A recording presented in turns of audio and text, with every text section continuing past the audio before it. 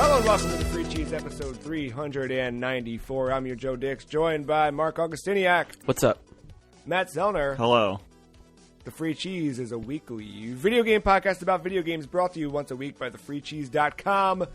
This week we've got hot talks about Reggie Fils-Aimé and the future of GameStop, how to learn math in a brand new way, Metroid Prime 4 getting a writer, and a whole lot more. But first, how are you two doing this week?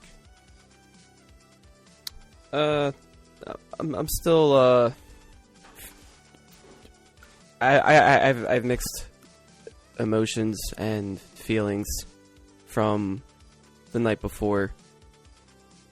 It deals with it's nothing serious. It's from when I hung out with my friends the other night and we all played a game, and you'll see coming up later in the episode. But for context, no, it's a fun story, but I'm still feeling the effects from it. That's all. But I'm fine. You are is this you've got lingering resentment? Is that what you're feeling? It's more it's a little more guilt probably than anything. Okay. All right. Matt, you feeling guilty over there? No, actually, feeling splendid. Splendid. It's a good balance. We'll talk about the game later, but I feel like ever since I started replaying a game again, everything is just heavy metal again, which is it's fucking awesome. So yeah, splendid. Well, I was gonna banter for a bit here, but if you guys are both game centric right now, so I will ask, when's the last time you guys suffered an injury that has not allowed you to play video games? When you see, I think the second time I broke my wrist, the left one, the one that required surgery, that was all on like the joystick side, so that was good. But the first time was a pain. But that was the first time that I'd beaten Final Fantasy X, and that was probably in middle school. Been that okay? Nothing ever really serious like that. But because of a video game, this is when I was first getting serious into Street Fighter, and I had a Onimusha special edition like controller, and that D-pad is thick and horrid. Like it's not like it's not a DualShock D-pad by any means, but it's all I had. And I was playing Third Strike, and I did quarter circles so much that I had like this big bubble of pus on my thumb. Yes. And that I had to peel that all off, and like I had to pop it and like leak it, and for like a good week I couldn't play anything. Oh, that's the word. I forget what game I had that with, but I too had something like that from a fighting game at a point in time. Yeah, another game Mark's going to talk about later. Always got the blister on the palm right there because of that N64 controller. Yeah, you need the special glove for that. Well, I did not inflict injury from a game this week. However, I was able to play a fighting game specifically because I had undergone said injury. So we had chili for dinner, top of the week. And it's a good choice. I don't know about you guys, but on chili, I like to put a little freshly grated cheese. So I had a block of cheese, and we have a cheese grater. And I got the cheese grater over top of the thing, and I'm grating the cheese. And the cheese breaks in half as I'm grating it. And I don't know if you know what happens as you're grating cheese and it breaks in half, but instead, your fingers go through the grater. So my thumb went through, and it was immediately just a hot mess. It's good now, but like pressure, and it hurt. It was very deep, like a huge. Anyway, I won't go. Squirts all over your face. It's a Slayer video. It's kind of it was kind of there. So it's just some Apple Music deep cuts, Yeah, and I ended up. I was like, all right. I put a Band-Aid on it, did the whole thing, and whatever. It stopped bleeding. And I was like, all right, I'm going to play a little Tomb Raider because I'm still chipping away at that Rise of Tomb Raider, and I could not do the right stick, even in subtle, turning. It's like, dang. I was like, what can I do? Like, I got time to play a game. I want to play something. Well, thank the Mister for its edition of Darkstalkers, because I could play through with 3 fingies on an arcade stick, and I made it all the way through the arcade mode of Darkstalkers to the final boss, and then stopped because it was like 11:50. But I had fully sat down that night intending to play for like 5-10 minutes, just do a little bit. Played for 2-3 hours. And then just this Friday, I only jumped in for a single match, but the latest update to the CPS2 boards hit on the Mister. You got Darkstalkers 2, and you've got X-Men, I forget the name of the one, but the X-Men arcade, not the X-Men arcade, but an X-Men, I think it's the fighting game. Children of the Atom? Mike? That is the one. That is correct. Boom. Yeah, so that's and D&D Tower of Doom also dropped on the Mister. Ew. So it's cool, man. That Mister just keeps getting stuff. It's exciting. There's still, I mean, CPS2 has a total of like 42 games on it, so there's still quite a bit to get released on there, but that Mister turned out to be the best thing I ever invested in. So far. We'll see.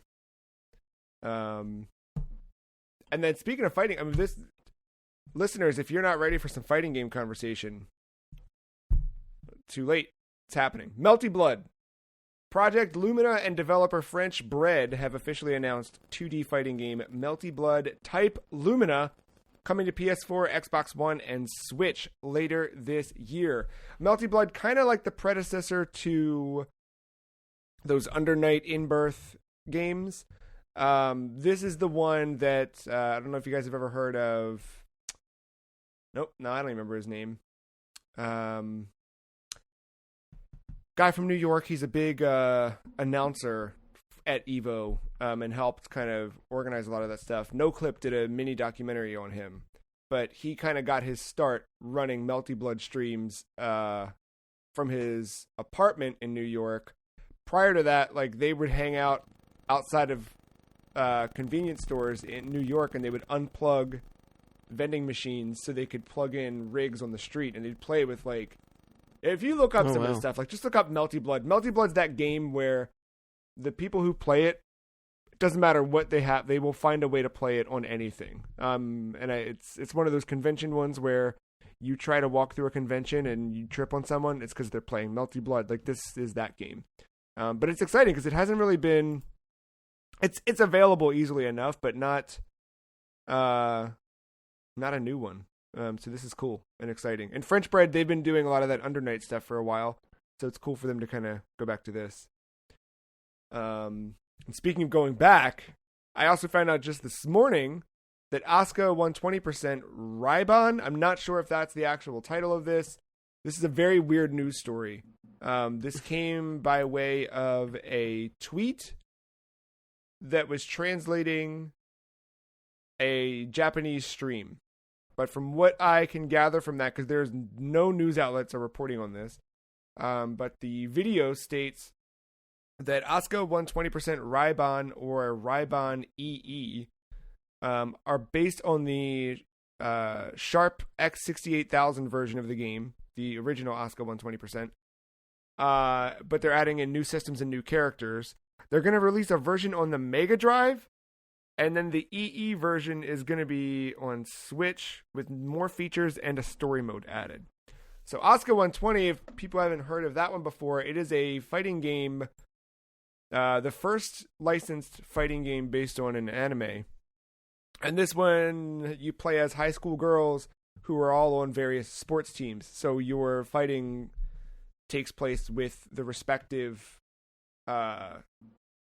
if you're on the tennis team, you got a tennis racket and you actually serve up the tennis ball and hit people with it. Golf, etc. It's all of that stuff.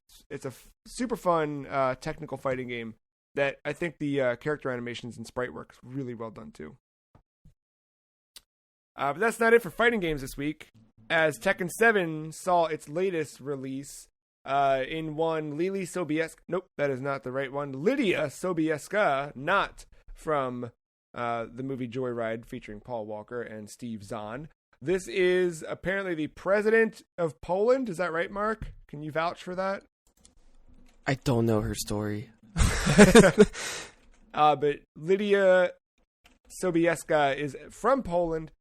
out as of March 23rd on all platforms that Tekken 7 is available for. She's also part of Season 4 of Tekken 7's DLC. And Mark, it's my understanding that you have spent some time with Tekken 7 this week and this character. Yeah, oh yeah, she is the Prime Minister of Poland. That's what it is, Prime Minister, not President. Listen to me. Yeah, so this is probably... It's been a while since I really got into Tekken and had a character that I liked, so... I mean, this was all because of my own memes and shit, but, because Poland, but, I ended up actually, playing as her, and it got to a point where I learned her 10-8 combo and was able to pull it off. That's such a satisfying feeling. Who would you normally play in Tekken if you were gonna... My first go-to is Steve Fox. Uh-huh. He's just a boxer. A lot of people don't like him, but... He's got good hair. And, instead of kicks, he dodges. So, working with that can be pretty fun. Or, your classic Paul Phoenix. I like him, too. Also good hair. Yeah. So, how about Lydia? How does she play? Is she more feet?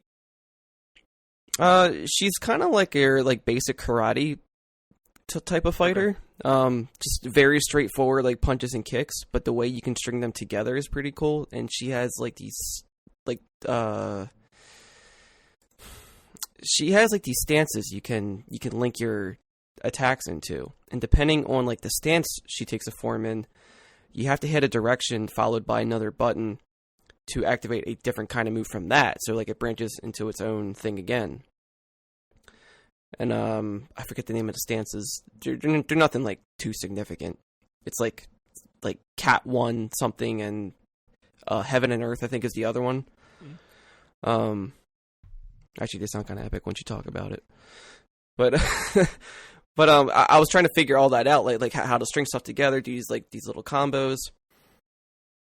And I spent most of my time with the treasure mode or whatever it's called, where oh yeah, dude, I love playing through that. I never done that because my whole goal was to make these characters with specific costumes, and I didn't have access to any of that.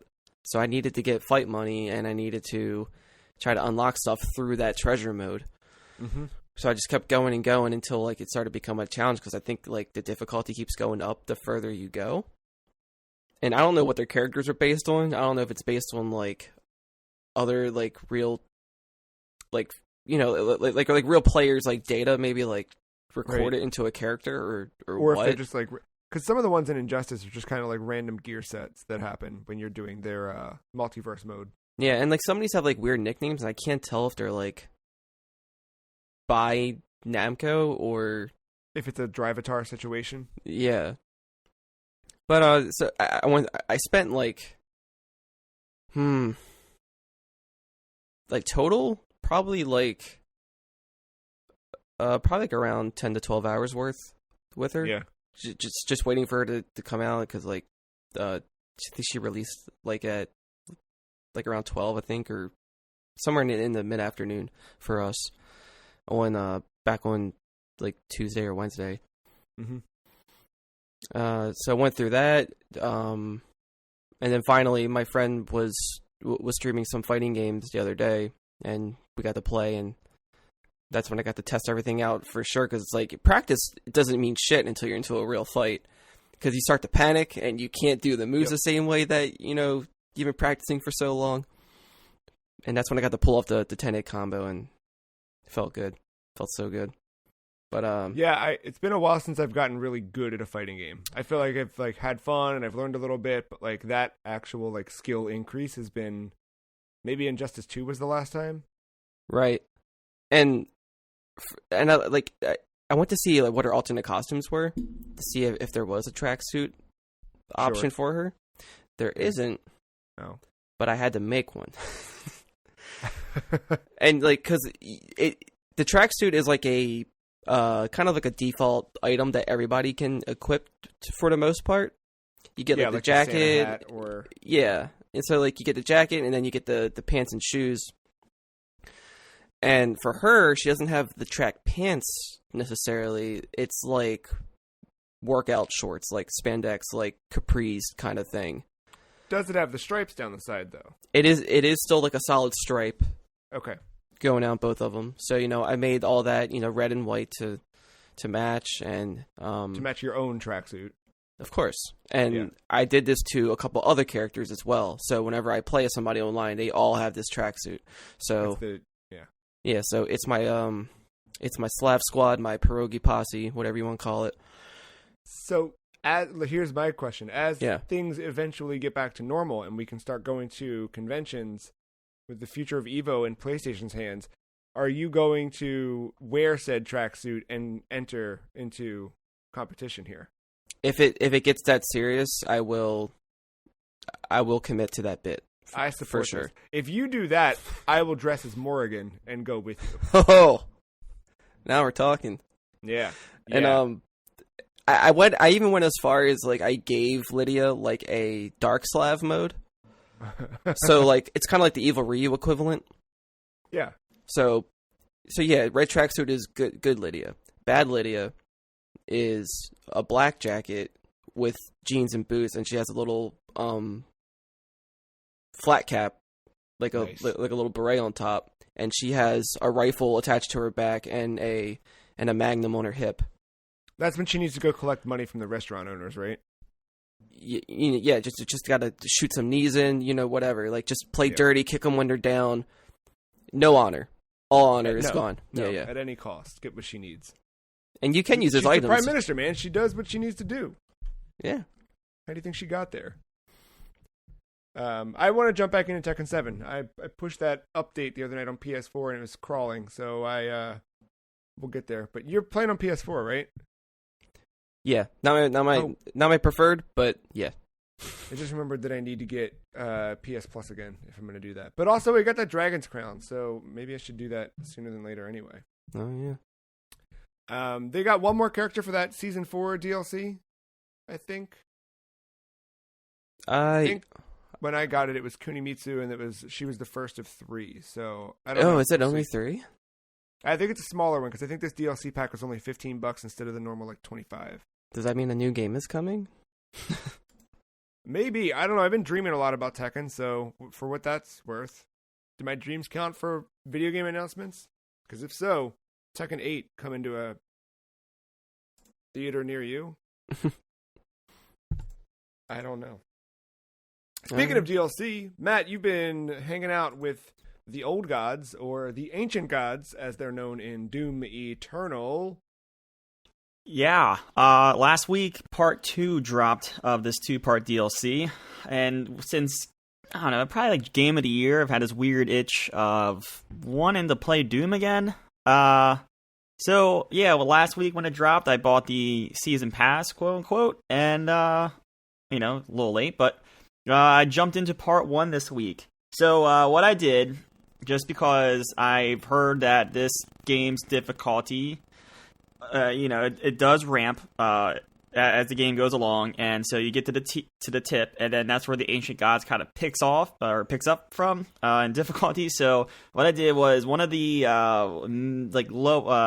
first middle levels in Doom Eternal I just ran through. It was like the first level I didn't 100% in my 100% kind of like replay through, and I did a few levels, so I was kind of like, I wasn't like very, very beginning. So I ran through that, and as I was going, it was rough at first, and then I was like getting it a little bit more. I would see an enemy, remember how to take care of it, and that slowly kind of escalated to where I was like, all right, I'm back, it's good enough, I'm ready for some encounters. So, of course, I did not play it later that day. I waited pretty much a whole week to come back to it, as one does. And then, I started it. I am about 2 hours or so in. I'm done the first major area. And I think I'm at, like, the final encounter of, like, the first half of the second area, called the Blood Swamps of Hell. Yeah, it's pretty cool. But yeah, so, this game, it does exactly what it promises to do. So it gives you like 3 little easy encounters. And then boom, here you go. We're just going to start giving you all kinds of demons that you remember from middle to late, and then we're going to start throwing in the super heavy demons. Just sprinkle them into an encounter, make it fun. Like your Marauders, your Archvilles, Barons of Hell. They're just like normal to see now, so that's fun. But dude, like I don't know, this game, there's something about it. I know, like we talked in a little bit of a disappointing fashion in January, but like this game's still really good.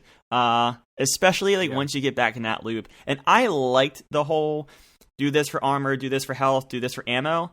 And like as you start to get back into it and you start to get in that rhythm, like it doesn't bother me that like, because half the time I'm running from like two of these demons, so like as I'm running I kind of see the person I could chainsaw for some shotgun ammo real quick, and then boom, I'm on my way. So like it kind of comes naturally. I'm not like I never feel like I'm actively like, oh, I gotta disengage to go get what I need. It's always like, well, I'm running anyway, so oh, you're right here, cool, let me like douse you in flames and then shoot you for armor, and all right, I'm back kind of ready to compete again.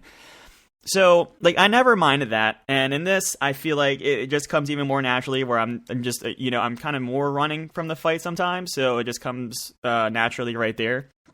And, yeah, it is Doom Eternal gameplay. The first level, is a pretty big area for a DLC, and some of the ways I think they're getting around, like, making these levels, like, bigger or more linear is, like, you kind of path... Like the first level immediately has like red key cards, blue key cards, so you kind of end up kind of going through some of the same areas again, cause those key cards. But then it's another encounter in the same area, but with different enemies. So I think they're getting around like length and level design with that. But that's something I don't necessarily mind. It's not like we're having 4 encounters in the same area. It's 2. I think I had 3 in one at the most, but they were like the first 2 were small before the third big one or something like that. So at least I saw a lot of that early. But then like in the first level, shit hits the fan, the whole complex is blowing up, and then you dive underwater to like the underwater part of this complex. So like despite it being the first level, there's like one chunk of it, a second chunk of it, and then the third kind of finale part chunk of it. So I don't know, they still feel big despite maybe repeating some of the same areas for these encounters. But man, like the hooks are still there. It's Doom. It's just harder and a different story. And the story is something blah blah blah gods. They're gonna take over Urdak. You need the gods. Blah blah blah. Get this key. Now we need to resurrect the god that made Doom guy.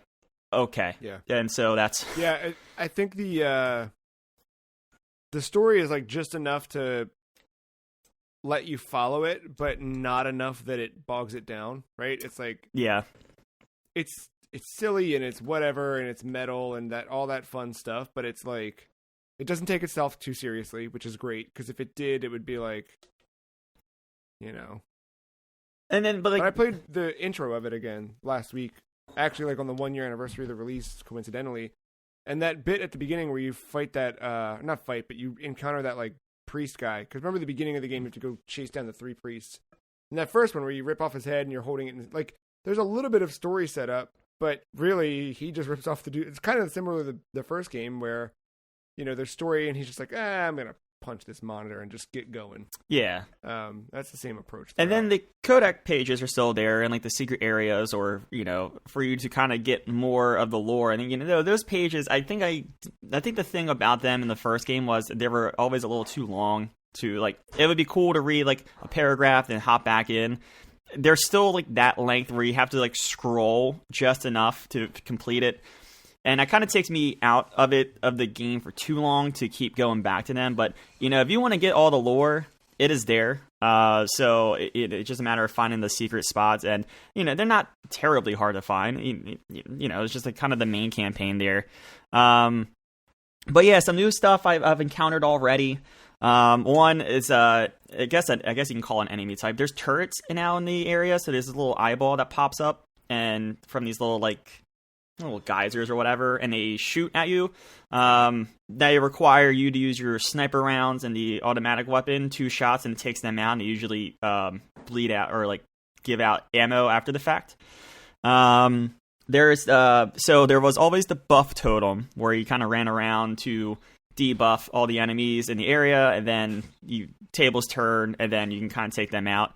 There's now empowered demons in the encounter. I don't know exactly, or in some of these encounters, a big old UI thing comes up saying empowered demon, and then it's highlighted even it's behind walls in yellow, so you kind of know, you can kind of make out what it is immediately based off its shape and see where it's at in the encounter area. I don't know exactly what their buff is. I know they're stronger, and I feel like it takes a little bit more ammo to take them down. But once you take them down, there's a big thing that says empowered demon defeated. So I'm kind of assuming they might have a little bit of that buff totem, but it's just them, and they're not buffing anyone else around them. And then starting in the blood swamps, there is a new enemy called the Spirit. And this guy's a real son of a bitch. So he does not start off just as his own. He will start inside of a demon. And that demon will kind of it won't be like the outline like you see for the empowered thing, but he will kind of have like a blue aura, blue eyes, that kind of stuff. And that demon becomes hard as fuck to take down. So if it goes into the right demon, it sucks. So you're kind of going around. You want to defeat that demon, and then the Spirit pops out. But what you have to do is use the plasma rifle, the one mod that lets you do like that plasma stream that eventually blows up the demon. You have to use that on them to defeat them. If you don't do that in time, they will possess another demon, and you have to repeat the cycle in order to defeat them. Initially, they were just going into some minor enemies, like some of the minor charging ones. You know, they were tough, but you can take them down. Now they're starting to initially possess super demons, which is one hard motherfucker. Where I'm at right now in the Blood Swamps, there is an encounter. It's, I think, in like stages. I know it's in stages. I don't know how many there are, but I can get like to stage 3 with somewhat, you know, it's hard, but I can get there. But that third stage, man, there is a Baron of Hell that's just possessed right away, and dude, it is, because they're faster, they have more health, and they pack a bigger punch, and man, it just sucks. But then, like, the other part of it is, you know, if other bigger demons are around you, like, that plasma, that's not like an instant, like, kill. You have to kind of hold it for a few seconds, and your movement is not as quick. So you kind of have to hope your timing is right, or take down the other key pieces in the battle before maybe addressing the Spirit. So there's a little bit of thought into how to address that Spirit. It's not just like, all right, let's go after that one first. Sometimes it's better to take out the secondary ones that pack a punch, and then go after the Spirit while the Spirit is, you know, chasing you all around. So yeah, that is an initial thing, and you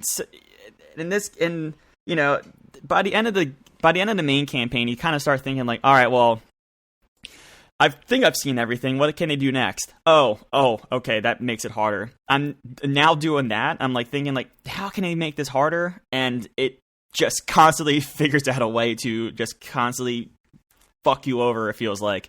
But in a way that is challenging and very rewarding when you get through that area. It's just, you know, it's only level 2 in part 1, so who knows what the fuck this thing turns into by the end of this 2-part DLC. But man, it does, despite, like, you know, complaining about the difficulty it encounters, it is so good to be back in this game. I'm enjoying all of it, and I will say Mick Gordon list Doom still sounds like Doom. Good. I'm not. Good. Don't be concerned about the soundtrack. And then just other things not with the ancient gods. I think they patched in after the fact. There are some better UI indicators. So instead of you having to look into the corner to see like your chainsaw or blood punch or any of those types of things already, they're now kind of in your reticle. So if they kind of pop up in the reticle, you know they're ready.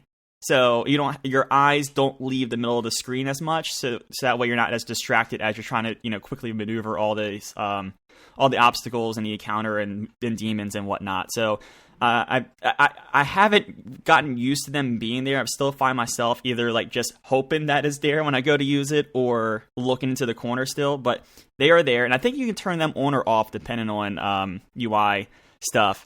And then the other thing, which was a nice debuff in my opinion, the Marauder, he feels easier. Still hard, but feels easier. I feel like that green window is a little bit longer, and now there's a little like UI effect when you hit him with the shotgun in that green moment, where he's dazed, and it lets you easily get another shotgun blast in. So I think two things. I think that little window is a little bit more open, and I think he's dazed a little bit longer than he was before. So a little bit easier, still hard, but a little bit easier to work around with that demon, because I know that was a motherfucker and people complained about.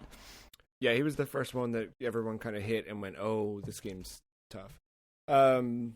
Mark, where did you land on Doom Eternal originally? It's shit. What's the area? I think it was like the beginning of the ice area. If I remember. That's early. Yeah. Did you? I didn't get. That's too actually far. the level I replayed. Is that where? I mean, you fell off and then no desire to go back. Pretty much. I just wasn't feeling it. I don't know. I mean, it's not really. I mean, the game is fine. I think I just knew what my tastes were, and it just didn't seem to fit it. The tough part about that game, I think they did do some things by the end game, and it sounds like the DLC has a lot more to offer in this. But I think that it was hard, man. Like Doom 2016 was an actual like. It was a brand new experience and something like wholly different than what we had played previously, and that's what made it so good, and why we gave it Game of the Year. But Doom Eternal, it was like that was tough, and obviously, right, they talked about that in development. Like, how do they step up above that? And I think you kind of get to a point where you know what the game is, and then the stuff they did add didn't jive with me immediately. And now even going back to it, those early stages, I'm like. And I think a lot of it too for me is the way I'm playing it. Like, I think now if I were to try it with mouse and keyboard, I think I would probably like it a lot more. You're not the first person I've heard say that, yeah. Like, because first person games, like, it's just hard for me to use a controller now. Like, it's just hard to go back to that. I just don't feel as in control, especially with aiming. And in a game like Doom, you're always on the move, so like. You don't have to necessarily be, I guess, super accurate, right? Because everything just like fucking explodes, whatever. But I mean, no. When I'm playing on Xbox, it is like kind of auto targeting and things like that. But you still got to be kind of twitchy, like. Yeah, of course. But always be moving. Where, like, I know I wasn't aiming exactly at that turret on the back of that spider thing, and it still got it. But yeah, I'm So I would try it again. I'm between replaying it entirely or just jumping into Ancient Gods, but I do kind of I want to see that stuff through because it sounds cool. It sounds like they added a lot. One last thing I will say about this is I know I took my time with Eternal just because that was when I was in my heyday of Animal Crossing, because of course they released very famously on the same day, and that was the start of the pandemic, so I had like all this time to play other stuff that I had in my backlog. So I remember me creeping through that game. I was taking my time with it, kind of like a level at a time. I would sit it down. I don't have the urge to go past an hour. I just think sometimes the difficulty just gets so exhausting that like once you kind of clear a major area, like, oh, man, this feels good. I'm just gonna I need a break kind of thing. Yep. So that's what I did the other night. I got through that first major thing, and then as soon as it loaded into the next space, I was like, I'm gonna walk away. Yeah, like, because last night I had like every intention of playing this game for 3 hours, but once I got through that first major area and it was like an hour and a half, I was like, man, that. All right, I feel good with what I played. I'm ready to talk about it on air. So that's Microsoft's Doom Eternal Ancient Gods Part 1. Mark, how do you feel about Microsoft's potential Discord? As long as they don't like make it exclusive to Microsoft, Yeah. Like if they're the ones to make an app available on like PlayStation or Switch, please. Yeah, Microsoft is in talks to acquire Discord Incorporated for more than $10 billion, according to people familiar with the matter. Discord's been talking to potential buyers, and software giant Microsoft is in the running, but no deal is imminent, said people who asked not to be identified. One person said Discord's more likely to go public than sell itself, and of course representatives for both declined to comment. This is via Bloomberg. After VentureBeat had reported on Monday that Discord was engaged in sales talks. I agree with you, Mark. Like, I think I like Discord a lot for what it is, and I like things that Xbox has done with its chat functionality in recent years to like have the option where I can use my phone to jump into a party chat or something. Not that I do any of that stuff frequently, but they've taken some steps. So if Discord just makes that better, but also remains largely the same, but maybe just runs natively on an Xbox, I think that's pretty good. Yeah, because trying to do crossplay is one thing, right? Yeah. Like PC and PS4 or PS5 or something, but like there's no good way to communicate with your friends if you're playing on these different platforms. Right. And I think like depending on, you know, how you have that all set up too is also a factor. But right. This could be the perfect bridge. So this is the thing. I think this is more. It's very weird because one, that's a lot of money just for Xbox. Compared to the big ass Bethesda buy for $7.5 billion, you're gonna buy Discord for $10 billion just for some chat features on Xbox. So I think it's a bigger thing, but what makes it weird is Teams just launched not too long ago, and that came with all the power from the Skype purchase. So I don't know what they're trying to do with this. I don't know if it's they see Teams isn't working as well, and they're trying to incorporate some of this into Teams. I've never used Teams, so I don't know the interface or anything like that.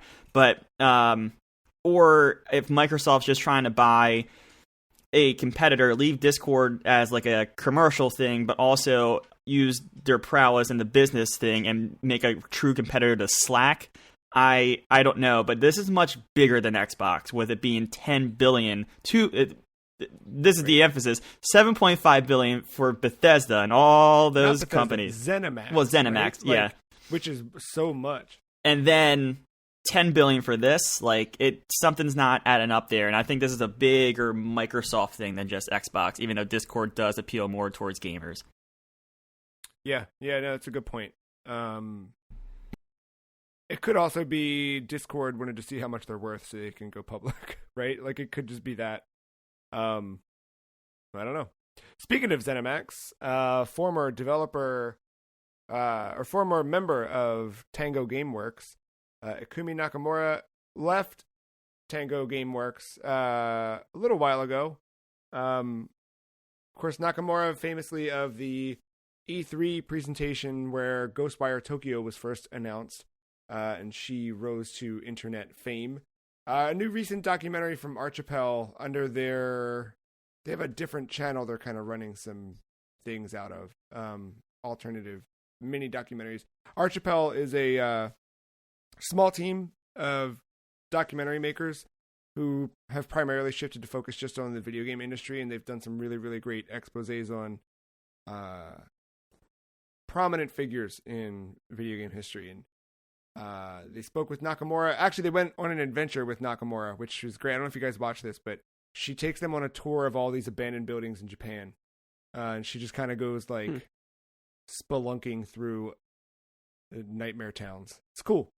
In the documentary, she talks about, how she left the company because she wasn't feeling great working there and wanted to be able to make games, quote, while feeling better. And she took the decision to quit before it got too late to quit. When she left, she said she received over 2,000 messages on LinkedIn offering studio visits and support. And as she took advantage of all those invitations, she kind of learned what it took to make a good working environment. And she's using all the experience she's had visiting all these studios, traveling to these places, talking with people, to open her own small studio and start building out her own IP. She, of course, first worked on Okami at Capcom. She says in the documentary that they do these kind of, I think it was quarterly reviews or annual reviews, and she was always like the worst reviewed employee and always like on the brink of being fired. She had then left from there to work on Bayonetta, and was very excited because Devil May Cry was one of the things that got her into video game industry in the first place, and Resident Evil, which she would then later on go to work with Shinji Mikami at Tango. So she got to realize a lot of those dreams, and by going to art school to learn how to make art and apply that to video games. She also said that 80% of the messages she received after that E3 presentation were from women who were happy to see a female game creator getting on stage and showing her game. Which I think that too was a big moment that year for a lot of different reasons. She wants her new game to be filled with dark jokes and compared herself to Deadpool in that regard. So I'm excited for whatever she's doing. I thought that, she went from someone I had no idea who she was to now anytime that she does anything, I'm intrigued. And I think something, especially in the wake of that Japan studio shutter, where we're seeing more of the, you kind of know the people that were at Japan studio through the years from little interviews or little moments, but now that they're spun out into their own thing of bokeh, it's kind of similar here where it's we get to see these people instead of just seeing the name of the studio. Yeah. And I'm excited to see what everyone starts to make. She had a pretty neat idea recently. I was following her on Twitter, and I thought, I don't know if, how well it was translated or whatever, but she said something along the lines of she wanted some type of workshop in her studio for kids. Oh, right. Because I believe she's expecting or already has a kid, something like that. So she's been thinking a lot about that mindset too, and I was like, I think that's pretty cool to be that inclusive and thoughtful about that stuff too. It just adds to the whole environment, good environment place. It does, and you think about how the workplace has shifted to the home, and how that could kind of help with that a little bit. Speaking of getting out of the house, Reggie Fils-Aimé on the move, getting out of GameStop. He's only lived there for a year, but he's leaving the board of directors nonetheless. He's one of 8 on the board of directors, and he's stepping away. Of course, he's still got his boating venture. He's still, I think, on staff at Cornell, and he's doing all sorts of fun Reggie Fils-Aimé stuff, but no longer hanging out at GameStop. I'm going to be careful, because the last time I talked about GameStop, my computer crashed. So. Yes, please. So, he in the year, he saw this. I'm going to talk about the stock market here real quick, but he saw that stock dip to $2 mid-pandemic, and then they changed CEOs. I think it was that dude from Amazon that came. Forget his name. Some Cohen, I think. Anyway, he comes in, and of course the became a featured stock on the Wall Street Bet subreddit, and right. I think the story is kind of well known, well publicized now at this point about all of that. But within all that craziness, if you're reading the news on GameStop, which I started to do, they changed a lot of their board, their key officers, including the CEO, including their CFO resigning. They have a new interim one, but that's going to be changing. They're going to hire on a main person here sooner rather than later. And their new CEO is already committed to investing a lot of money into becoming e-commerce and, changing the main core structure of GameStop. So I don't know what that looks like, but in that year, besides it just becoming this weird meme stock scenario, there has been a lot of change that he has probably voted on and helped oversee, which is something I think he said he was trying to do when he initially joined. So I think this is probably as good of a time for him to get out if he thinks mission accomplished. Yeah, I think it's a good point. I didn't think about that perspective, but yeah, it's not like he's not added to that. And then, yeah, we'll see what the future of GameStop is. I know that every time I drive around, more and more seem like they are closed. But if they're shifting to e-commerce, I think that's an interesting play. If you need to do any numbers and rack up how GameStop is or is not doing, perhaps you should brush up on your math, and perhaps you can do that with brand new Pokemon math books coming to Japan. This is not a news story we typically cover, but I just thought it was super weird and silly. But new books themed after Pokemon Red and Blue, of course Green in Japan, are releasing this month to help kids to learn math with the original 151 Pokemon. Do you think that you guys would have learned... Well, Matt, you learned the math. You got math. But Mark, do you think you would have taken to math better had you had Pikachu and Clefairy in the pages? I guess it depends on the age range. Seems like it's very young. Like 5 to 7, I think. I mean, here, better question. It would have been a better incentive, for sure. Yeah, which subject in school could have benefited from having a Pokemon book? Oh, man. All of them? Obviously science. Yeah, the science. Everything in Pokemon is real science. Yeah. Social studies. Oh, yeah. Kanto region. yeah, the history of, yes. I think that'd be cool. I mean, instead of saying, how many apples does Pete have in a basket? If he takes 2 out, how many... you could be like, all right, Ash has used 2 Pokeballs and he came to the region with 6. Like, I'd rather answer a question like that. And you probably already know that because he played the damn video games, because all the kids play the Pokemon games. And the answer is 6. Yeah, and like, and kids, here you go. Here's a little tip for you. First word problem, though, in the workbook should be, what are the odds that when you see the who's that Pokemon, it's actually Pikachu for you to yell fuck at the TV. Like the classic Vine. Yeah, and if you need to know some numbers, and also in Spanish, just because, you have Articuno, so there's your uno, Zapdos, there's your dos, Moltres, there's your trace. 1, 2, 3, 1, 2, bam. 3. You're welcome. Those are the ones. I never realized that, but then again, until right now. Yeah, it's whatever. Like I said, I'm a blue man. That's it. It took me a very long time until I got there too, but yeah.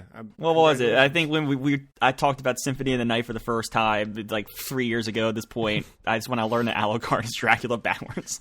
Yeah. There are still people learning that. And Mark is still learning what it's like to spend time with your friends in Mario Party 2. Here it is, folks. This is what I was talking about. See, look, told you. I fucking told you.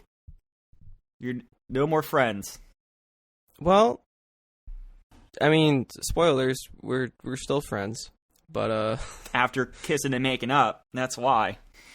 Now my part of the making up hasn't happened yet, because I'm still beating myself up about it. So, yeah, my friend wanted to stream this, so we had 4 of us over. We're all playing, setting it up. So we're playing Mario Party 2, and we go through let's see. The first map we do is Horrorland, and as you do, and I was Wario. Still the best in any Mario Party. Sorry, not to cut you off. No, you're fine. Just getting the hang of the mini games.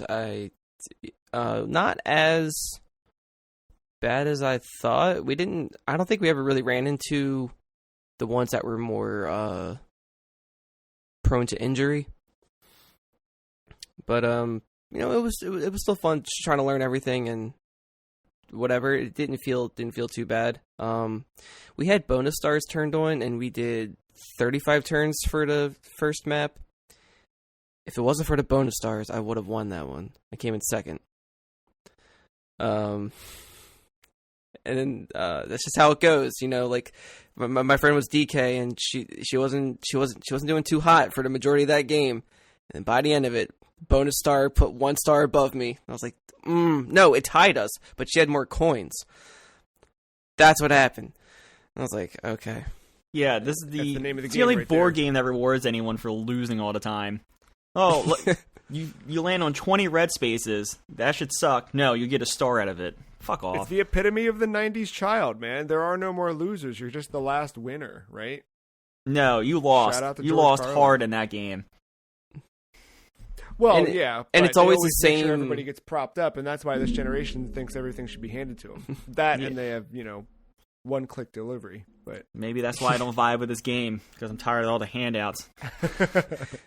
And I think it's always the same rewards for every time, because I think they switch it up in the later Mario Party games. You get rewarded for different things every time. It's never the same 3 categories. yeah, From what I was told. So all right, so then we went on from that to the next map, and we did Space World. Or Land. It's a good Space one. Land. Space World is Yeah. probably trademarked. probably. So we did Space Land, and I wasn't doing too good this time. And you know me, I gotta commit to a bit. And it was just getting rubbed in my face just how bad I was doing. Like I had no coins, no stars. Every time I would get coins, it would be like maybe 19 coins away from, and I would have 19 coins, but I'm 1 coin away from getting a star, and I, walk right by, and Toad's like, "What, buddy? Move on." It's the worst feeling. And there's shit like that, and there's stuff getting taken from you, whatever. So this mini game happens. I obviously did not win it, and I got to a point where I went to go unplug 2 of the controllers, and I didn't yank them. I didn't pull the cord out and rip it. I was careful. Went up to it. Had thumb against the system and used my other fingers to like lightly pull it out, and it did like. The 64 did the slightest little thump, and the screen went black, and there was no sound. And then I'm thinking it's a faulty wire though, not the game. I think the game is still running, but then we're not getting anything, and eventually it turns into a blue screen, like as if the TV's on standby at this point. And this is all live. It's recorded. I'm just like total embarrassment. I felt so bad, and like it was just a tone shift for me. Like the rest of the stream, I just like I was before. I was just like and like kind of energetic and like being competitive and just being funny, and I just kind of like calmed down. I was like, all right, back it up a bit. I didn't know. I just shut down inside. I just didn't know what to do. We got it working again. Okay, I thought something was permanently. Yeah, well, apparently her 64 has been on its way. Like she's had this. This was her 64 since like day 1, I think, or something like that. Yeah. And there's also like stuff inside of it apparently that I think her kids might have like dropped inside of the system. So if you rattle it, you can like see shit in there. It's like a see-through purple 64. Oh, yeah. So like you can see that there's stuff in there. I'm like, I'm just gonna say there's a lot of variables to the 64. I don't it's think not just Mark. I feel like the 64 is Hilary Swank, and I was the bar stool that she landed on. That put her in Right, but that wasn't the Barstool's fault. I mean, it shouldn't have been there, but whatever. But like whatever I did, like escalated the moment, and now this thing is on life support. So, but yeah, so we got it up and running again. We did another map. We went to the Western Land, and I did not win that one. But this time I was Luigi because I felt Wario just needed to take a break, being too much of a troll. Yeah. But overall it was fine. It was a good time, and I even told her, I was like, look, if you want to go to like I was ready to buy her a new 64 right there. I was like, I'll order you a new one right now. But I think maybe later today we're gonna hit up maybe Gamers Paradise or something and see what's up. Nice. That Mario Party 2 is still the last good one. Well, there's been some others, but Add another thing to the thing, or another to my saying. It now ruins streams, friendships, and streams. All the more reason to never play a Mario Party game ever again. Oh, I can't wait. I wish there'd be some DLC for that Switch one. Quick roundtable question. If you owned a 64 and you slightly bumped it, did that ruin your game? Are they really that sensitive as people claim them to be? Because my friends think that's the case. Like, you can just like fart on it and it would just go insane. I mean, I remember us definitely doing some stuff, because especially with that, like, controllers are wired. You get in the heat of the moment and you might whatever with the controller and then it yanks something. Like, I definitely remember back then more weird hiccups happening than today. But like, if it just went like, yeah, no. If you could even hear that tap, but like, you're right. But no, I don't remember anything that like sensitive. I never had a 64, but the Super Nintendo, same thing. Like, if you tapped it, it would have been fine. But if you moved it, there's a chance. It was in a like a entertainment stand. So I think what happened when I went to go unplug the controller was that yes, it lifted the system just a teeny bit, but the stand, but the cartridge I think hit the ceiling of the shelving unit, and I think that is kind of like whatever. And then the pressure of it, yeah. Right? Like, just the slightest movement with a cartridge, I totally understand. Like, you can't fuck with that, and that's probably why NES had that whole cover. Right. But then as we were getting towards the end of the final match, the game would just randomly fade to black and fade back to picture without nobody touching it. So that's how we knew like this thing was kind of on its way. That's probably going to be one of the ones. Just unplug all the things, pop it on a shelf for memory's sake, and get you a functional one. Yeah, but despite that embarrassment and tragedy, I did have fun with it. Good. That's the point of Mario Party, to have fun. Fuck off. Real quick question to ride us right here into break. Which adored childhood game have you now learned is terrible? Or maybe, Matt, you've learned that Mario Party is actually great. No. Yeah, but which adored childhood game have you now learned is terrible? All right, so I'll start this off because I had the experience of experiencing the Mister for the first time, and after Mario Paint, we discovered the great discovery of what Mario Paint can be. We went by Guts, and I think you joked about it. And then I was like, oh, that's actually, I like that game a lot. And then we booted into it, and it's rough. It's not very good. It's not a good, no. So yeah, I'm just gonna stick with that answer. Nickelodeon Guts, not good. Mark, do you have a good answer? So, for something I adored, the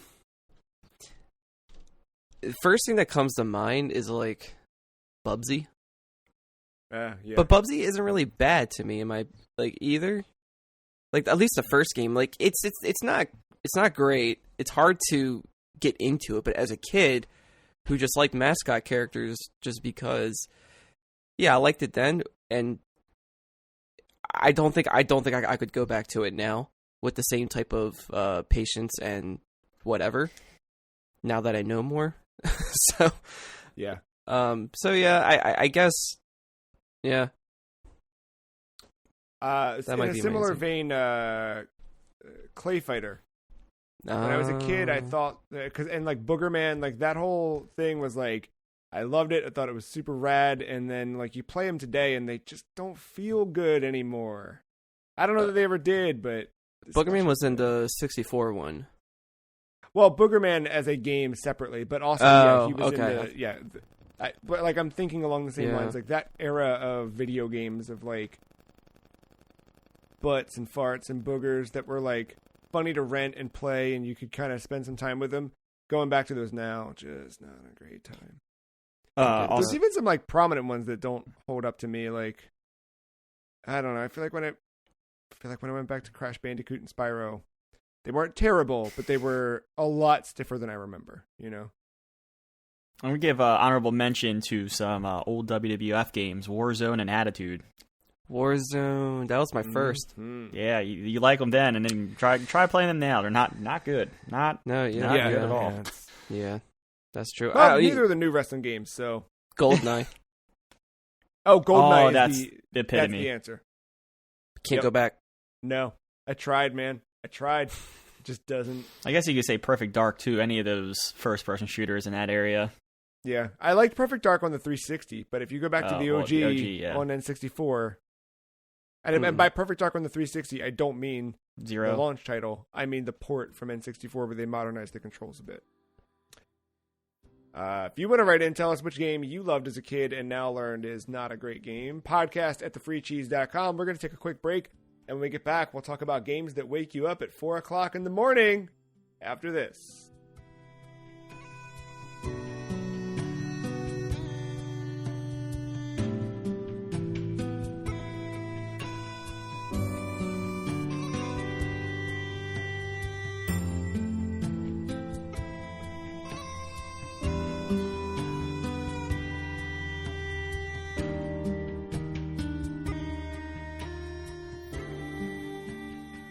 In a shocking turn of events, I am very into Monster Hunter Rise. Hey, that's good news.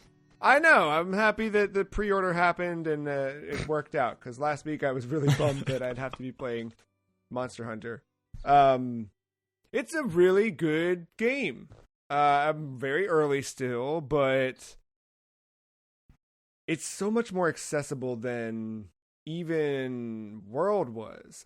They've added these new wire bugs for a traversal that let you literally just hold ZL and then you just zip line wherever you want to go. And they're on a cooldown, so you get 2, but you can find random ones in the wild of the map. And if you pick them up, then it gives you more instances. And the cooldown is maybe like 15 seconds.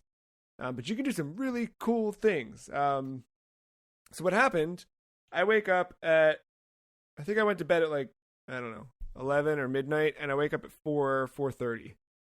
And I'm like, why am I awake? Okay, well, Monster Hunter's out now. Should I play it? And I asked Siri to flip a coin. It was heads. It's like, all right, I should go down and get the Switch. I was like, I'm not going to go yet. I did a round of Magic on my phone. More on that later. Then I'm like, all right, I'm going to get the Switch. So then I end up playing from like 4:45 until 6:30. And then I fell back asleep for like an hour until I had to work. And yeah, so I went through the process of getting my character set up, named, designed, etc. You also now in this game, in addition to having the Palico, the cat, you also have a Palamute, a little dog that follows you around. So you get to customize their look and their name and their color and all that stuff. So I did all those. And then you go through the basic tutorial of the game, which for people who've played Monster Hunter before, there's not a lot that's new in that regard. It's still Monster Hunter. Gameplay is still the same. Button inputs are still the same. At least the same as Generations on the Switch and 3DS in terms of like, you know, which face buttons you're hitting and which combination of triggers. What's different is that, like in World, they added all these quality of life improvements, and they've now applied those to the more traditional style Monster Hunter game. This one takes place in like an ancient Japanese town, so there's a lot of Japanese influence on the town you're in, the aesthetic, the art design, direction, which you've probably seen in a lot of the trailers and stuff leading up to this. But what that ends up lending itself to is like a different setting that feels. I like the setting a lot more than what you got in Rise. I wish I would have gone through Iceborne at some point in Monster Hunter World. Sorry, I don't know why I said Rise. World is what I meant. But I wish I would have played through Iceborne because that looked really neat. But I never finished the core of World, so I didn't feel like I should jump into Iceborne without doing so.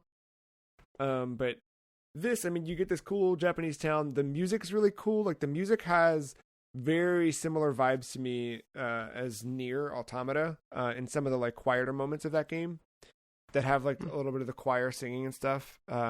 Particularly, like, that town, what's it called? The camp theme. in Nier.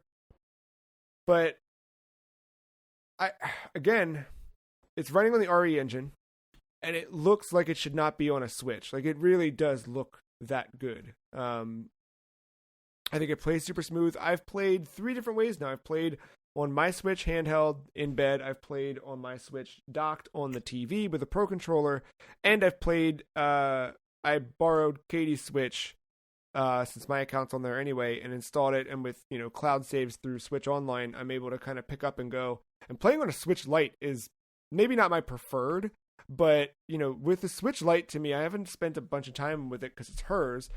But with it being kind of like a Vita 2 to me in terms of form factor and everything, like, this thing rules. And it really rules for something like Monster Hunter. Because you can just kind of pick up and go. Like, I ended up taking her Switch to bed, and then you can just kind of play a little bit, pop it in the nightstand, and move. You know what I mean? It's just, not that the Switch isn't already portable, but the Switch Lite is just that much smaller.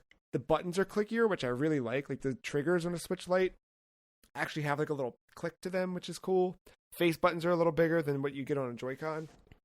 So I kind of really like it on there. Not that I'll end up buying another Switch Lite, but I don't know. I feel like if I'm going to go handheld, I'm going to keep using her Switch as long as she doesn't need it right now. So story-wise, that was a thing that kind of, not unlike Doom Eternal. Like, I don't need a lot of story in this game because I know what it is, right? And I don't need anything to bog it down. But in Monster Hunter World, there was this whole like faction of hunters and you're whatever, and I never cared. And in fact, the further I got into that game, the more I started feeling guilty for what I was doing because some of the monsters really seemed like they were upset to be hunted. And this one throws all of that out of the window because you have this little town who's just trying to survive and grow and thrive.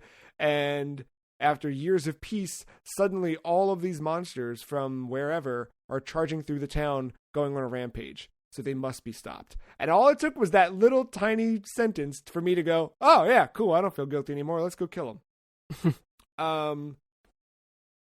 Again, the big change here is the wire bugs, and you kind of have some automated navigation where in the last game, in order for you to like track a monster, you had to throw paintballs at it, or you needed to use tracking bugs, I think is what they were called, that you'd find in the level and kind of use them to be your guide. But here the map's always there. If you discover a monster, it's always being tracked on the map automatically because in addition to the Palico and Palamute, you get a Kohoot, which is a little owl that will fly off and kind of map the area for you as you navigate. He'll sometimes discover rare items that you can go pick up, and all in all, he's the ease of access for this game. And then you have the wire bugs, which it's really cool. I'm still getting used to them, but like, especially for wandering through a map and getting to know a map, I found a really cool, there's like lore hidden throughout the stages, which I didn't know was a thing in Monster Hunter. But I now I already forgot what they're called. Wire bugs? I zip lined my way up a mountain, and if you do it right, you can actually wall run and then do like a jump off backwards and then zip line again to go up. So you can kind of really scale some stuff in a neat way. And I did that and found this little tiny cliff on the side of another cliff that had like a big metal rod sticking out of it, like a sword or something that was planted. And when I interacted with it, I unlocked like a special secret notebook page that had lore. And then one of the merchants in town was like very interested in the fact that I found this lore, and he'll now trade you things for. So there's like all of these little mechanics coming together. From a presentation standpoint, not that this matters so much, but I think it does add to just that subtle thing where a game having good UI, I think, seldom gets talked about, but a game having bad UI stands out very quickly. And this one, just subtle things. So as you're completing a level, the way that it kind of tracks your progress and shows how you leveled up and how your buddies leveled up, it's subtle, but like there's like a red line on your buddy's experience bar to show where they were, and a yellow for what they've gained. And it's just little things like that in the UI that I appreciate. And I think everything kind of comes together nicely. It all still adheres to what you'd expect from Monster Hunter, but adds that kind of ancient Japan feel and touch and flavor to all the menus and interactions. It's Monster Hunter, so I think if you've played it and it's not for you, it still might not be for you. But again, I went into this thinking it wasn't going to be for me, and I'm really excited about it.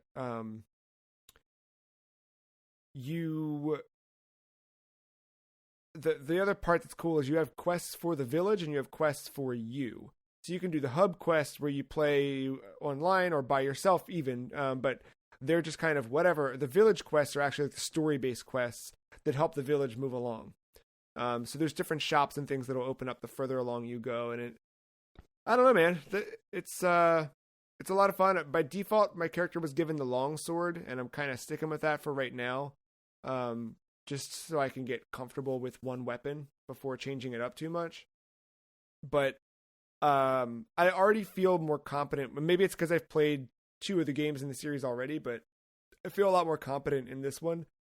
And there's a neat, this was in previous games, but I never took advantage of it, but there's a subquest system where you can carry up to 5 optional subquests. And they're subtle things like slay 8 small monsters or gather honey 5 times.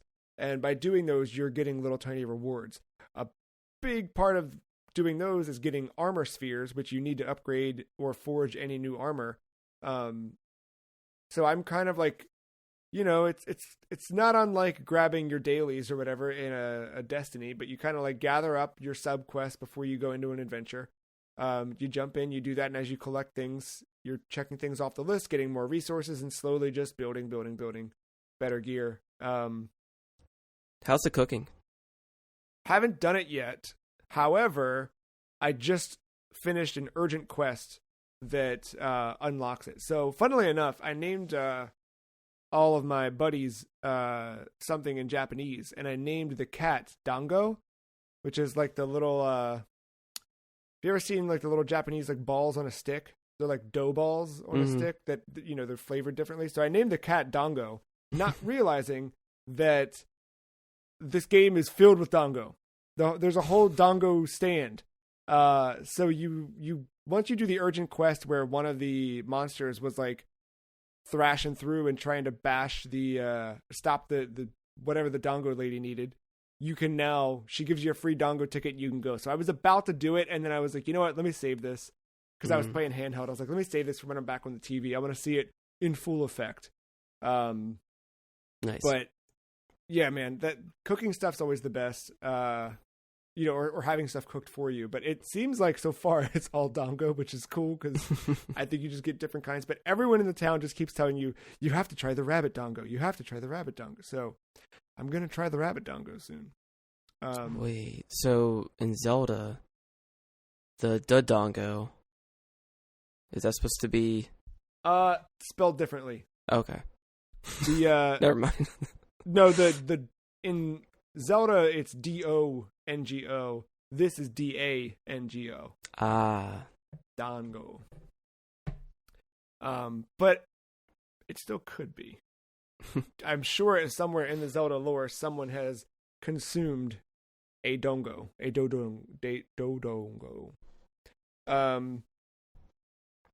Yeah, I don't know, I'm really, really digging it, and I'm happy that I was wrong. There's a lot of new stuff that makes this game easy to jump into and easy to progress, where I felt like I think a big thing is like no load times. Wow. Is huge, because in World you had to wait an eternity for the map to load. Once you were in, and that was great. In Generations Ultimate, playing on the Switch, you have to stop every time you'd go through a new section of the map. It would stop, load, and then put you in. This is just kind of one open thing, and it makes it so much. I don't know. I'm not going to say there's no load time. There's a load time loading into the map, but it's 15 seconds or less to get from I want to start this mission to you're in the mission. Right. And one cool thing too, if you've played previous Monster Hunters, typically what happens is you will go to the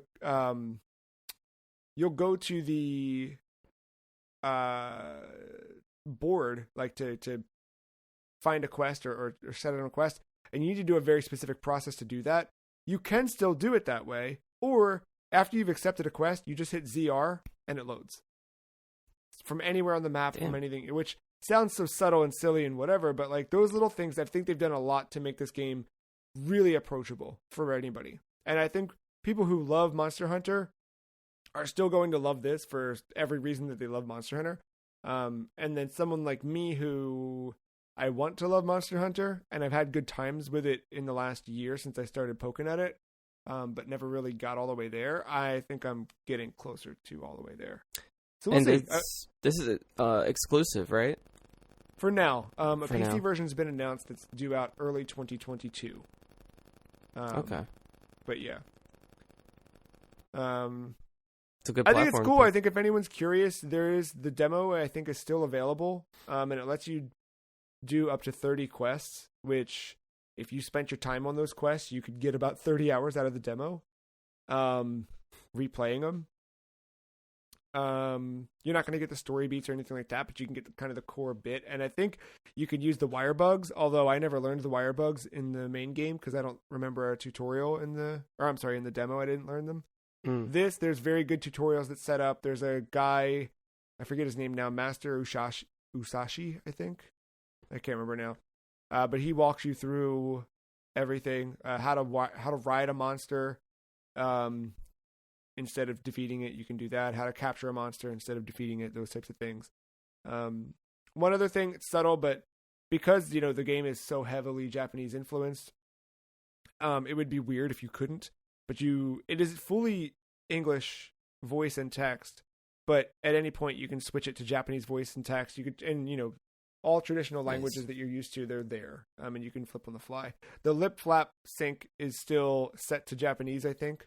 I've got everything in English right now, and when they talk, you can kind of see that. So I haven't flipped it to Japanese yet. I might do that just to give it a more authentic experience. But I get that. Yeah, I really like this game. It sucks because we're finally getting some good weather, and I want to spend some time outside and not in this basement. But Monster Hunter Rise is gonna make it difficult to do that. That's what I got on Monster Hunter. Niantic, creators of Pokemon Go and what was that other one that had Ingress? Yeah. Announced a new partnership with Nintendo to create mobile titles built with AR. To kick off the partnership, Niantic and Nintendo are developing an app based on Pikmin. The app will include gameplay activities to encourage walking and make walking more delightful. Slated to launch later this year, it'll be the first title created by the Tokyo studio for Niantic that was established back in April 2018. Speaking of studios, Sledgehammer potentially putting out another Call of Duty game this year. This is Matt discovered. Well, Matt didn't discover this. I shouldn't. But Matt found this. The same folks who've been leaking Call of Duty titles accurately for the last few years have maybe leaked the next Call of Duty game, which seems to be set in World War II again and developed by Sledgehammer. Yeah, Modern Warzone is the name of that team that's been leaking Call of Duty games pretty regularly for everyone. So it looks like Sledgehammer is going to be the lead developer for another World War II Call of Duty. According to Modern Warzone, that's so weird that according to them, this may take place in a fictional what if World War II didn't end quite in the regular historic sense. So it might be a more fictional than usual World War II campaign. There are plans for the next 5 Call of Duty titles to touch Warzone. And this will be one of them in some way or capacity. I will say right now, we are probably getting closer to a new map in Warzone than not. My prediction of the zombies slowly taking over different parts of Verdansk has been coming true in the last couple weeks, and the rumor seems to be that they're going to nuke that map and make it 80s themed somehow to reflect on Cold War. So I don't know how that works, but I could see them. I don't know how they'll do it. Maybe it's the same thing again. I don't know, but It seems like they might do something like that. I'm sure there'll be gun integration as well, like Cold War Black Ops has done. I'm picturing a lot of neon suits. Like, I'm picturing when they do that, all of a sudden you're going to have all these people dressed as Tony Montana. Yeah. Not in a good way. And right now it is Modern Warzone reported that the working title is Vanguard, but there was plans to change it. Eurogamer has confirmed that, or they're reporting that Vanguard is going to be the name going forward.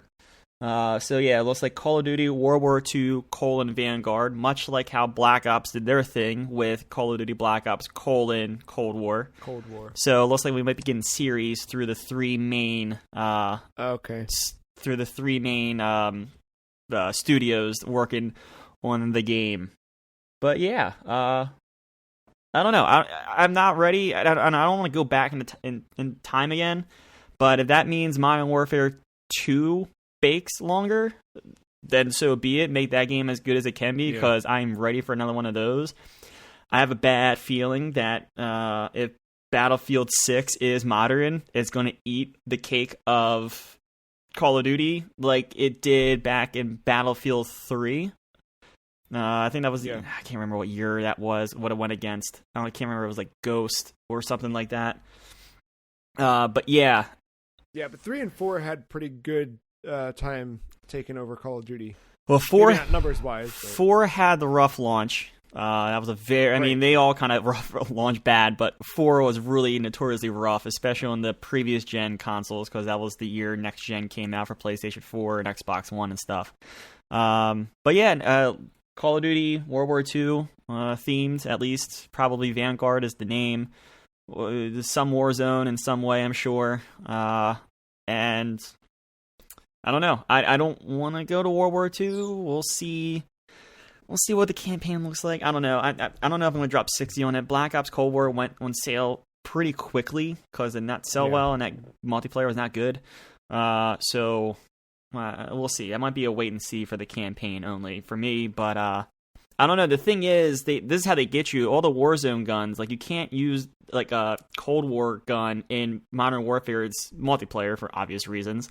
So you have to play either a mode of Warzone called Plunder, which lets you revive or respawn regularly if you die, or you play Black Ops Cold War's multiplayer to rank up the gun. So I could see them putting in the guns again, and that kind of being a main reason to play World War II if the multiplayer turns out to be mediocre again.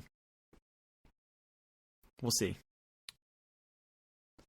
Speaking of mediocre, the Dota anime is out on Netflix. Matt, have you watched it? I'm not. I'm not really feeling in the mood to watch an anime, so I don't know if I'll get to it, to be completely honest. It is fantasy, which doesn't usually appeal to me. I'd rather, if I feel like I'm going to sit down and watch an anime on Netflix, I feel like I got to catch up on Castlevania before I watch Dota. Agreed. I think it's from the same studio, too.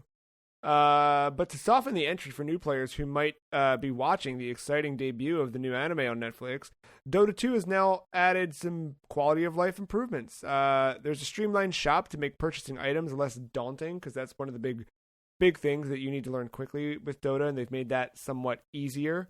Players also have there's a new objective, new player objectives you can kind of follow that will help you to learn the game and different characters through standard gameplay.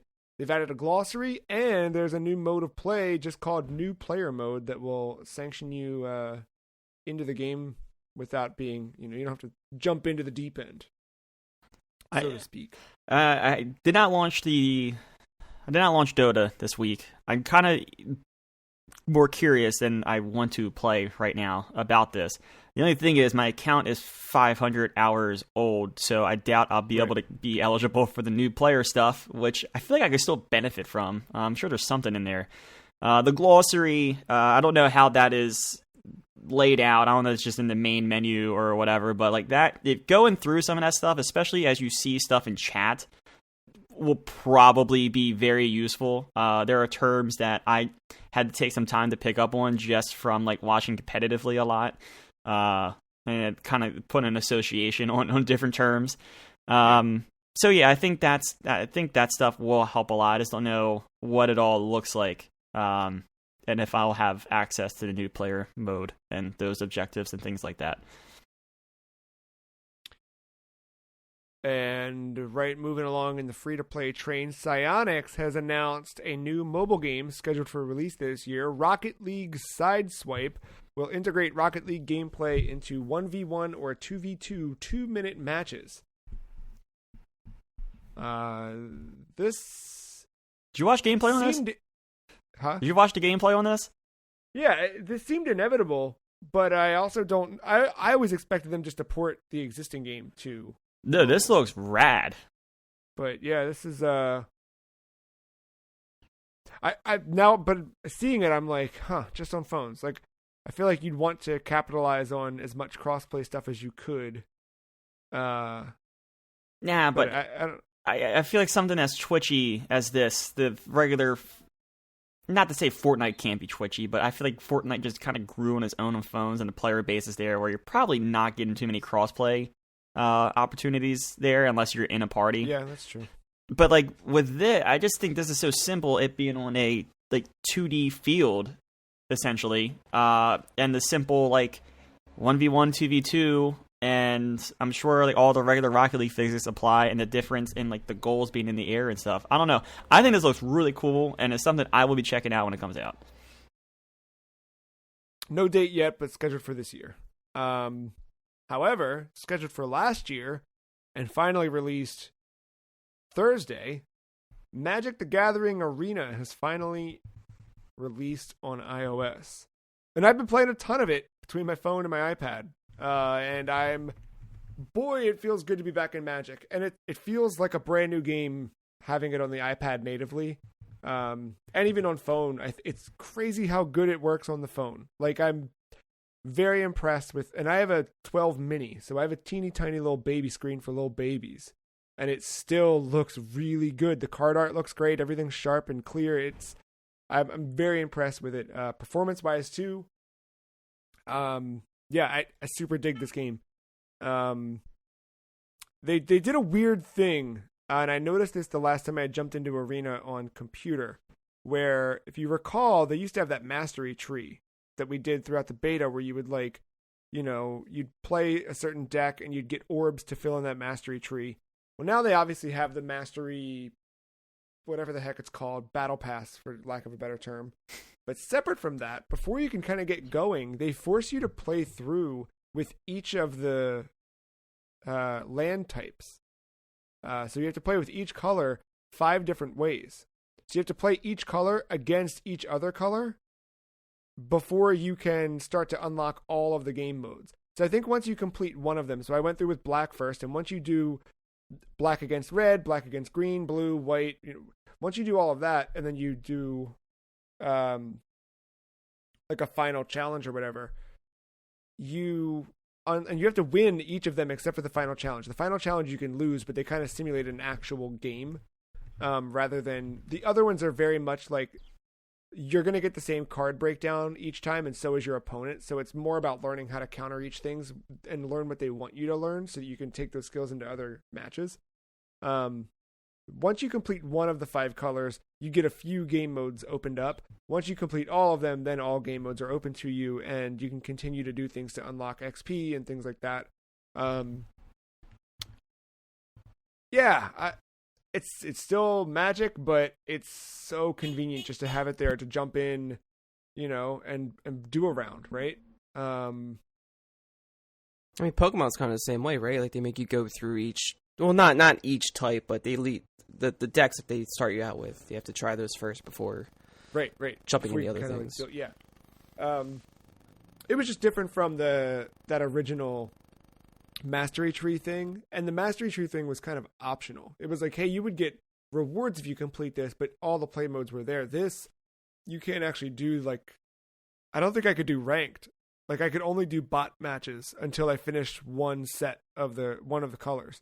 Once you do that, you can start going online, but then you can't do all of the different things to do them all. But yeah, I did that. I started to build my own deck, but I'm like, let me just hang with what they've got.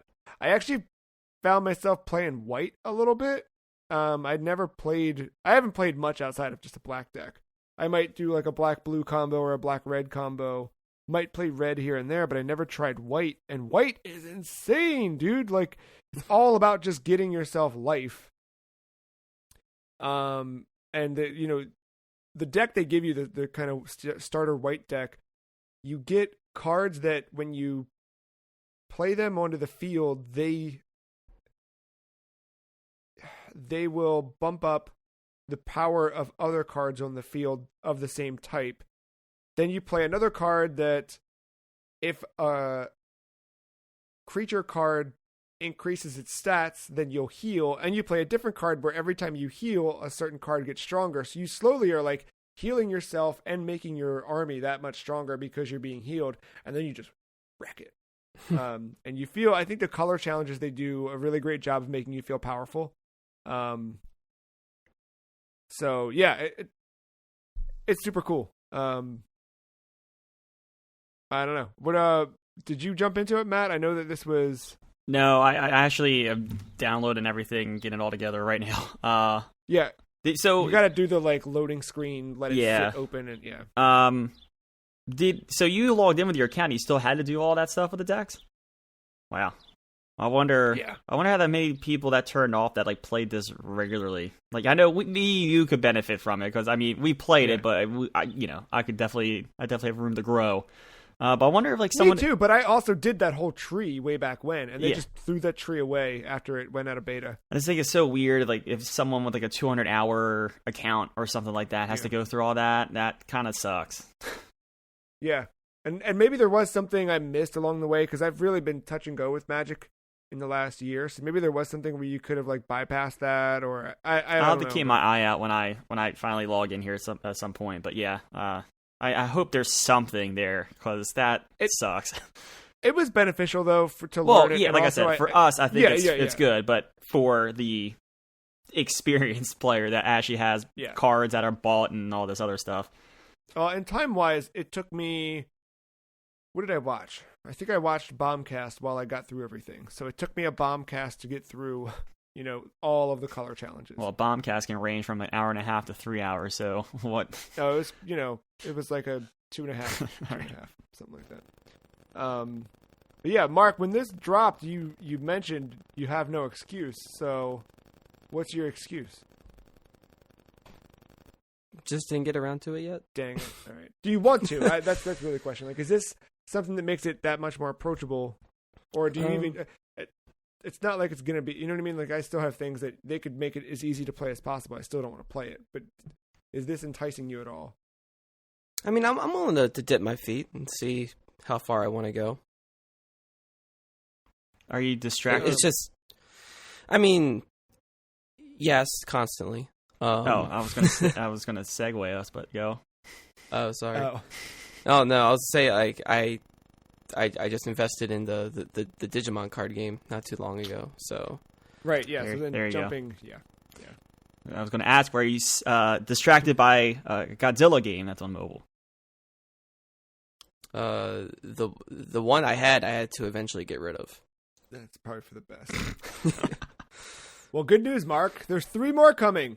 Cool. One of them's available now if you're Japanese, but if not, it'll be here in June with 2 others coming later this year. I guess it's good news, like tying in with this new Godzilla vs. Kong dropping this week. But yeah, I mostly put this news story in because there's more Godzilla stuff happening, and I wanted to see if you were still playing that other Godzilla game, but it turns out no. Yeah, I had to stop spending money. I get it. And speaking of movies, Metroid Prime 4 will be possibly quite the cinematic little adventure. We learned, apparently this was a little while back, but one of the Metroid blogs I follow was just reporting on it this week that they had missed the announcement that Megan Fausti, writer of Star Wars Jedi Fallen Order and Battle Chef Brigade, has joined Retro Studios to work on dialogue, cinematic scripts, and character breakdowns. So that's exciting. I saw there's a link to a Reddit thread where this was first kind of people picked up on it. People pulled the job listing. and also noted that somebody from Rooster Teeth who had done some cinematic work, CG stuff, is also pulled in.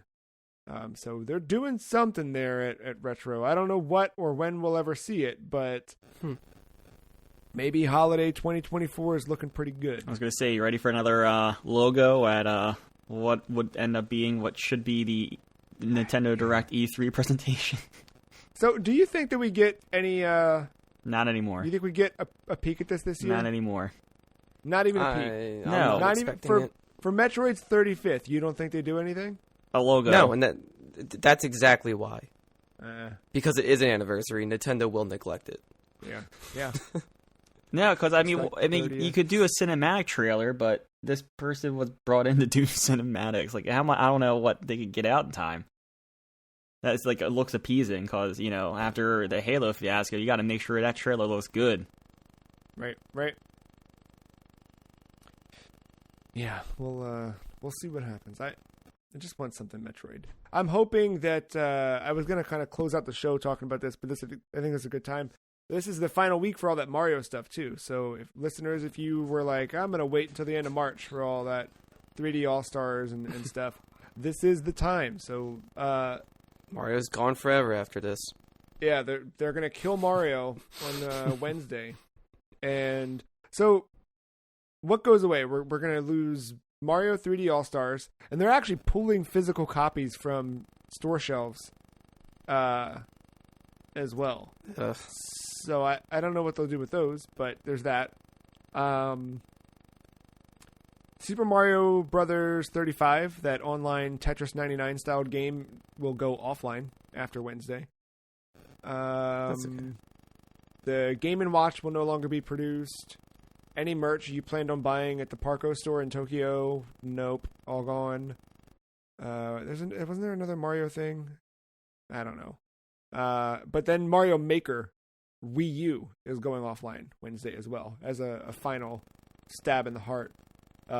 Which is a bummer, and also, I don't know. It sucks that Mario Maker 2 kind of ruined my fascination and adoration with that franchise.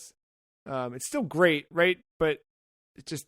What anyway, about that first one's going on. Mario Maker for 3DS? They didn't say... Or if they did, I didn't pay attention. It's probably just roped in. Oh, wait, no. Mario Maker on 3DS never had the option to play other people's levels. Oh, that's why it's not talked about. Okay. I think it was that you could make them, but you couldn't share them. Oh. You could street pass them, maybe? There was a way to do it, but it was very... Like, you had to know, like, the dude's friend code or something like that. Like, who you were getting it from. Because I was going to get it when I got my 2DS, and I heard a firm no from Joe, and he explained why. I remember it not being great, so I don't know. Anyway, that's happening, and then of course Fire Emblem Shadow Dragon, that's the last day for that as well. So we'll see. I'm hoping after that Nintendo starts to open up about Zelda and Metroid and Kid Icarus and celebrate the Game Boy Advance and just let's talk about some anniversaries, y'all. I don't know. And if Metroid Prime 4 seems too far away to wait for a cinematic experience, maybe you'll be excited to learn that Chad Stahelski, director of John Wick, is creating a new movie based on Ghost of Tsushima. Which, that game did very well, I'm hearing. Which is weird, because I did not hear critically that it did super well. The Free Cheese's own Matt Sellner said... I didn't finish it. Don't know if I want to. I don't think I got 5 hours in that game. Yeah, but... There's some cool cinematic moments, though. I can see this being a movie. Sure. Sure. Especially with some cool action scenes. Like and one Sony John wants Wick. to push... Yeah, they want to do that stuff with PlayStation Studios Productions. Is that what it is? We're going to kind of close out the show here with some PlayStation, starting with another episode of Harada's Bar, Katsuhiro Harada's weekly talk show. Last week we talked about how he talked to Yu Suzuki. This week he talked to Ken Kutaragi, the father of the PlayStation. And Ken Kutaragi, there's a lot that was there, but Silicon Era did a nice little breakdown summary of some of the more interesting tidbits. One of them was that he addressed rumors about him. Harada had brought up that there's a story of Ken Kutaragi throwing an ashtray in a fit of anger during a business meeting. He said that was untrue, and stories like this even ended up on Wikipedia. One rumor that might have been true was around the PS2 era. When they were developing the hardware, many departments from Sony joined in because of the success of PlayStation 1, and according to Kutaragi, these departments did not entirely understand the PS2's concept. They viewed PlayStation as a toy, and he recounted his experiences. He said that when going through UI choices, he angrily declared that PlayStation is not a toy, and recounted his experiences fighting with upper management who weren't interested in Sony releasing video games. He said those voices didn't have imagination and only looked at the past, not the future. When asked kind of what he sees the future of video games, he said that first he predicted cloud gaming a long time ago, and he also said that he looks down on people who wait for a committee to make changes rather than believing in the change itself. Ken Kutaragi. Yeah, he did have a kind of notorious background of being not unlike Miyamoto in the old flipping of the tea table, so to speak. But, yeah, he kind of went out around the PS3 era, along with all of those insane claims of what you would do to own a PS3. I don't know. Jim Ryan, take heed? Who knows? One PlayStation franchise that has not disappeared, but not a new entry in quite a while. Jak and Daxter, which Pages seems to have auto-corrected to Jak and... That one may have been my fault. I was trying to insert a news thing in, but we already addressed it. Oh, I see. Jak and Daxter. Mark, you've spent some time with Jak and Daxter. Yeah, it's a little conflicted. Precursor Legacy? Yes, it's the first one. Yeah, because it's and Daxter. Right, not Jak 2 or Jak 3 back in the hood. Yeah, Jak and Daxter, the Precursor Legacy. Hey, don't forget Jak X Racing, dude. Oh, I never forget Jak X Racing. And just, and the PSP hit Daxter. Yes. Actually, it was pretty good from what I understand. Anyway. Yeah. So I've been revisiting my PlayStation more recently, as if listeners could tell with the past maybe 2 or 3 episodes. That whole rumor going around with the PS3, Vita, and PSP servers going off in the summer had me a little worried, and I spent some money on some games, still trying to go through those, but that also led me to, and Daxter was one of the games that I bought, but because of that, I wanted to go back to Jak and Daxter, because I was practically finished it, but I had to, restart my PS4, and it lost all my saves, nothing was uploaded, and I think I didn't have PS Plus at the time. Or it might have expired, in between, when I was playing, the God of War games, and overheated, blah, blah, blah, all that crap. So I lost my saves, so I'd start over. So now, it's kind of a good thing, because I kind of forget a lot of that game. I just kind of, mind-numbingly went through it before. Just go through the motions. This time, I'm kind of just, appreciating, as much as I can as I'm going through it. I'm just taking my time. I'm learning the moves that I didn't use a lot before, the equivalent of Mario 2's super jump, where you have to crouch first and do that high jump. I don't know if they teach you that later, but I'm just doing it from the start. Or if you do that little tumble and then you can jump, it does an extended, jump across some gaps, stuff like that. Yeah, I forgot how mobile you can be in that game if you want to. Yeah, and just trying different attacks and everything. The game visually, it's it still kind of holds up in a weird way, but at the same time, you can see there's no real polish to it, but it's okay. It doesn't hinder the experience. And I don't know how many games looked phenomenal in 2001. But this is like end of 2001, so this is like December, I think, like when it came out. But yeah, it's just weird seeing Naughty Dog in like a more of like a raw phase when it comes to visuals. Just like seeing the character animations, like it feels like they just did like the rough animations of these characters and like the rough models and just went with it. They're like, this is it, go. But like you know, this was early PS2, and they were there was I don't remember where I saw this, but there was a thing with Mark Cerny where he talked about how they created the PS3 and 4, and he talked about how the internal studios were super integral in driving the technology and what they'd want. And so I know that like Naughty Dog was, even back in the PS2, like masters of the emotion engine chip in there, and helped to shape kind of how that it's something like that. It's faded, and I can't quite remember, but yeah, that the game itself was pretty early in PS2's life, but still you could see what they learned from PS1 and applied it here. Yeah, like you could see a lot of like the Crash DNA in there. Oh yeah, a lot of those spin moves and things like that, the jumps.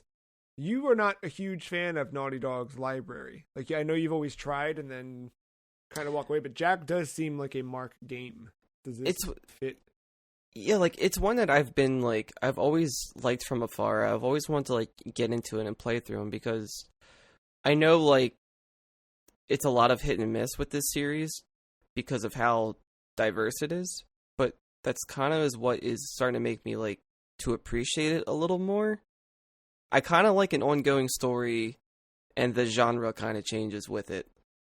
To a degree, for the most part. I mean, I can say this from afar with no problem, but until I play the games, maybe that's a different story. I bailed on Jack 2. I could not do it. And like, I never completed Jack 2 either, and I love the Precursor Legacy. Yeah, I loved the first one I played it. I got the platinum in it, and I was like, I'm going to platinum all 3 of these games, and I got a little bit into Jack 2, and I was like, I'm going to go felt like a Jack something else. Worse Ratchet and Clank. Yeah, from what they were like spinning out of the GTA stuff, and it just didn't. Yeah. I was about to say, like, that's the vibes I was getting from. Like, it tried to cash in on like that GTA audience or whatever. Yeah. Hopefully, I'll try to approach it and stick through it. We'll see, but I don't know. Like, it goes from that, and then like I have no idea what Jack 3 plays like. Like, I never touched that one. I feel like that one leaves a little bit of the like open world-ish stuff, but goes back more to platforming. It kind of is a blend of the two, from what I understand. Yeah, it's been a while since I've even bothered to look at it, though. And then like you have like the racing game, and then you have like the spinoff that Naughty Dog didn't even touch, which was the flight combat game or whatever it is. What was that one called? Arrow something or. I forget the name of it. But I did end up, I think, getting that too for my PS TV. Nice. I think. Oh no, it's on my list. I didn't get it yet because I got Daxter. Because after Precursor, I'm going to go to Daxter because that takes place before 2, and I'll try to go that way. So let's go there because there is that rumor that is picking up some steam here, sadly. But talks that the PlayStation Store will be taken completely offline for PSP, PS3, and PlayStation Vita this summer. Reportedly, the Vita will have a little bit more time until August, but everything else will be dead as of the end of June, which is a bummer. Like, I kind of get it, but also it really sucks, and it really makes it difficult to want to keep going with PlayStation. Not that I'm like, this is not some declarative whatever, but and it's not that anyone is that much better, right? But I do feel confident buying a Series X, knowing that everything I've already bought on Xbox One is going to be there and remain there. And it seems like they're committed to it. I believe now making the licensing deals to ensure that, hey, anything that ran on an Xbox One will forever run.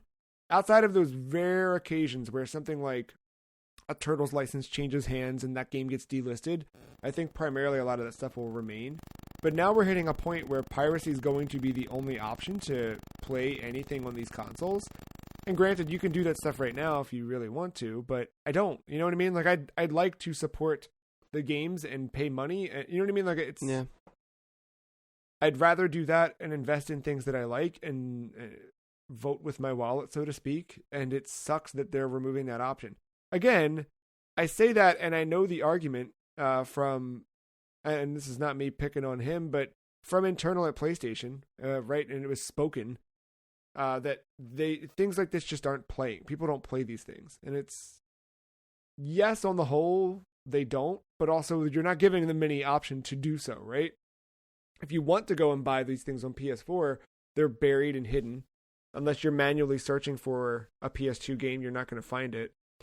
The stuff on PS3, you now have to jump through hoops to try and download or install that. I had an okay time buying some stuff this week on Vita, but even that I had to like search for, and some things have already been delisted from Vita. It sucks, man. It super sucks. Yeah, I noticed going through the catalog on PS TV, a lot of the thumbnails are kind of gone for a lot of the game titles. Like if I want to go download something, you just see like a broken image that broken image. That has been like that since 2012 when the Vita launched. On so many games, that exact bug, and they never bothered to fix it because who cares? Vita's dead. And also like a lot of the letters when you go to a category, a lot of that is like like I see A through D, E through F or G, and then like H through J, and then that's it. Yep. But they're still there. It's just that the letters won't even pop up anymore. It's a shame. It's a super shame. And I mean, hey, hopefully these things do have a new life post their death. It seems like a lot of the games, the PS3 games, are on the same CDN that PS4 games are on. So people are already able to tap in and get copies directly from Sony anyway. So it seems like people will keep that stuff alive. I hate that it has to come to that, right? But it's like, in order to keep these things and make sure they don't die forever, you have to, and it sucks. But, you know, like, I love my Vita, and I don't play it as much as I did way back when because I have other things and there's always new games coming out, but I still love having it. Like, when someone talked about Muramasa Rebirth last year, I jumped into the Vita and was playing through a whole bunch of it. This week, when you brought this to my attention, I went and I bought Alundra and I bought Parasite Eve 2 because I didn't have either of those as PS1 classics. So I made sure to grab them so I can play through. So I guess we'll close this week by saying which games, and this is probably, as the news becomes more real, sadly, we'll probably revisit something like this, but which games should you buy on PSN before it's gone? I guess this will be across PSP, PS3, and Vita. If you had a couple recommendations for folks. I mean, I don't want to step on anyone's shoes here, but I have a feeling Tokyo Jungle needs to be mentioned. Yeah, if you got a PS3 and haven't played Tokyo Jungle, just go do that. Yeah, but my real answer for this is the original Metal Gear Solid PS1 Classic. You are running out of ways to buy that game if this is true, because really you can only get it. There's a PC version, which I don't know. Well, I don't even know what it takes to run that anymore. You might not be able to run on modern stuff. They just put it on GOG. Okay, yeah. All right. Well, but its controller support is shitty. Yeah, so like it doesn't do the whole thing with Psycho Mantis, all the the infamous things with the memory card reading and stuff like that. Not that it's going to do it well here, but you still have like the emulated memory card slots from PS3. But like, you're running out of ways to play that game besides either the disc or PS1 Classic, and if that's gone, you essentially just need a PlayStation 1 and the 3-disc. Right. And that's sadly where that's only going to be, and that's one of the best games, at least cinematically and storytelling wise. It's it's famous for a reason. Yeah. Yeah. What do you got, Mark? I was gonna say the classic Resident Evil games. Director's Cut 2 and 3 Nemesis are I think that's probably the most accessible way to get to play these games right now. Yeah. And yeah, that's there's still something there for those games. Like I think there's still something that people shouldn't miss out on, and especially if they are coming from the remakes and maybe they want to see the roots of these games or something like that. Scarily, the other night, I was scrolling through and I realized I didn't have them on PS1. And I was like, oh, well, maybe I'll buy them. And I didn't see the original. And I'm like, what? It just didn't show up in alphabetical order. But when I searched for Resident Evil, I found it somewhere and you could buy the original. But 2 and 3 were on there as well. Is Director... I know 2 is on 64. 3 is not. Is Director's Cut on 64? No, it's just 2. So yeah, especially for 1 or a Director's Cut in 3, like... Yeah. It's going to seem boat as Metal Gear. Yep. Yeah. Or I think Dino Crisis 1 and 2 as well. Yeah, that's the only way you're going to get those. To give it a little PSP background, I think Patapon 2, like you can't get better than that, and I know they put it on PS4, but it is not the same as playing in your hands on a PSP or Vita. I never played through it, but I know people love Final Fantasy Tactics War of the Lions on PSP.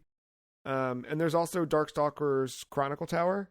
Yeah, that's a good one. Or Chronicles, the Chaos Tower is what it is. Which is like a great collection of all those games. For Vita itself, there's some really wild stuff that's a lot of fun. I still think the Velocity games are some of the best that ever released. That aforementioned Muramasa Rebirth was really good. But you also had really good ports of like Sonic and All-Stars Racing Transformed, Binding of Isaac, Spelunky, and one that's just fun, but not, maybe it didn't grab everybody, but Army Corps of Hell is a Pikmin style game, but you're it's from someone who actually worked on Pikmin, but you're actually controlling small armies in hell. So that's pretty rad. PS1 though, I mean, get yourself some R4 Ridge Racer Type 4 while you're at it. Get that Parasite Eve 1 and 2.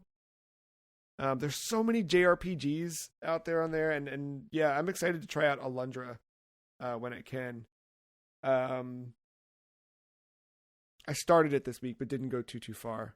It sucks, man, and it's also, that's North America. We had like something like 200 PS1 classics.